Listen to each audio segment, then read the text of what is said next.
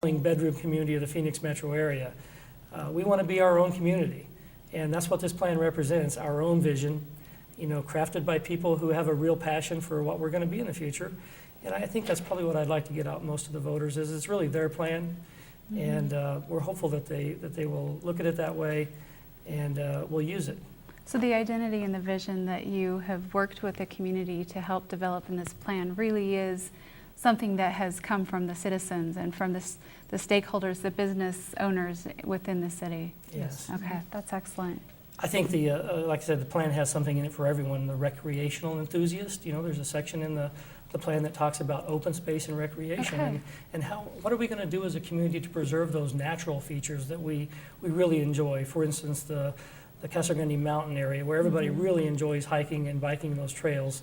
The plan incorporates the other planning documents that have been developed over time, including the Parks and Recreation Master Plan, the Trails Plan, the Small Areas Transportation Plan. We are a very active planning department. This is a very active city council that really has a vision for the future. And in order to obtain that vision, we have to prepare our plans and be ready for them, for the growth that's going to occur again. We're fortunately in a little bit of a lull right now that allows us to do more long-range planning. Just a year or two ago, we were really reacting to development. And we really didn't have an opportunity to look long range and to do these important planning documents. We were merely reacting to somebody's site plan or somebody's subdivision plan and helping to get the permits out quickly enough and to make sure that all of that was being taken care of. So, this little lull in the economic environment that we're in has allowed us to do some long range planning, which is very needed. Well, it's good to hear also that you've incorporated some of the plans that the other departments within the city have put together, like the Public Works with their small area transportation plan, because that does impact, obviously, the vision. And then, like you were saying, the open use, the land, or the trails, that master plan that the Community Services Department has put together, so that we really kind of are looking the full spectrum of the city and not just one aspect of it. That's really wonderful.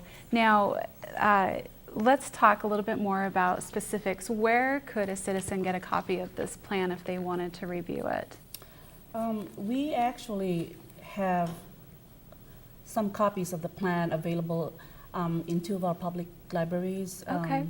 Ours, the City Hall, and they can also download an electronic copy of the document from our website. Okay, so we have our new library in town. Obviously, they could go to the Vista Grande Library, our downtown library. They can come here to City Hall, and then they can also go to www.casagrandeaz.gov and find a copy of it there. Our city's website is a tremendous piece of information, a great tool for people that want to just get general information about the city, and the general plan is just one of the many really valuable resources that are on that website. That's very true. So if a citizen were to have any questions regarding the plan after they get a hold of one and have time to look through it, who could they contact about that?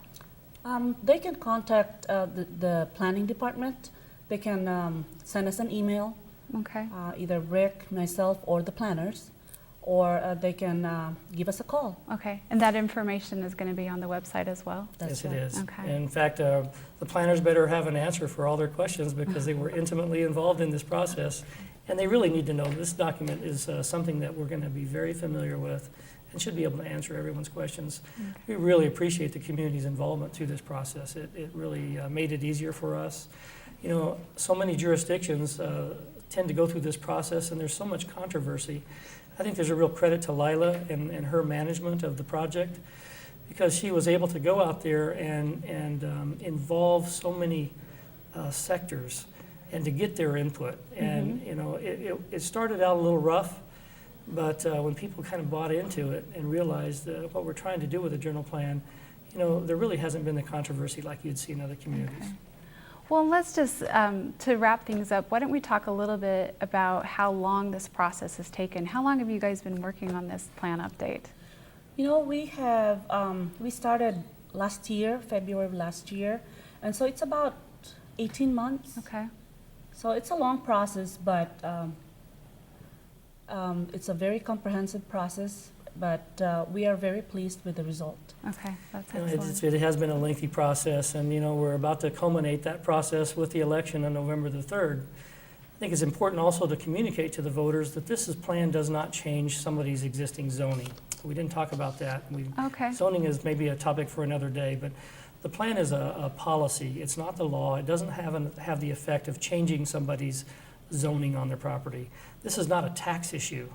The approval or a vote yes on the general plan doesn't have the effect of increasing somebody's property taxes. It's merely a vote to approve a policy document that will help us shape the future growth and development of the city. That is really all it is. Okay.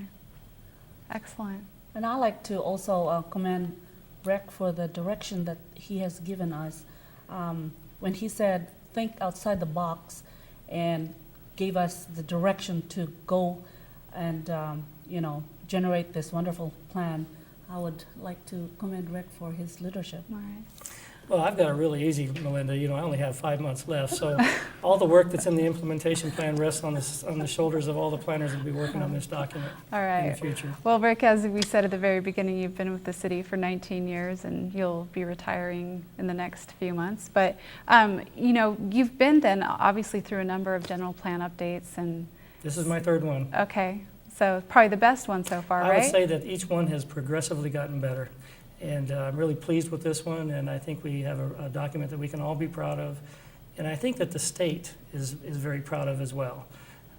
We have been out, in addition to the community meetings, I have personally presented what we're doing to my peers at some of the Arizona Planning Association conferences. And there's a lot of people really looking at this plan and have really said, we're on the right track with a long-range planning document that they would probably use as a model for their own community. All right.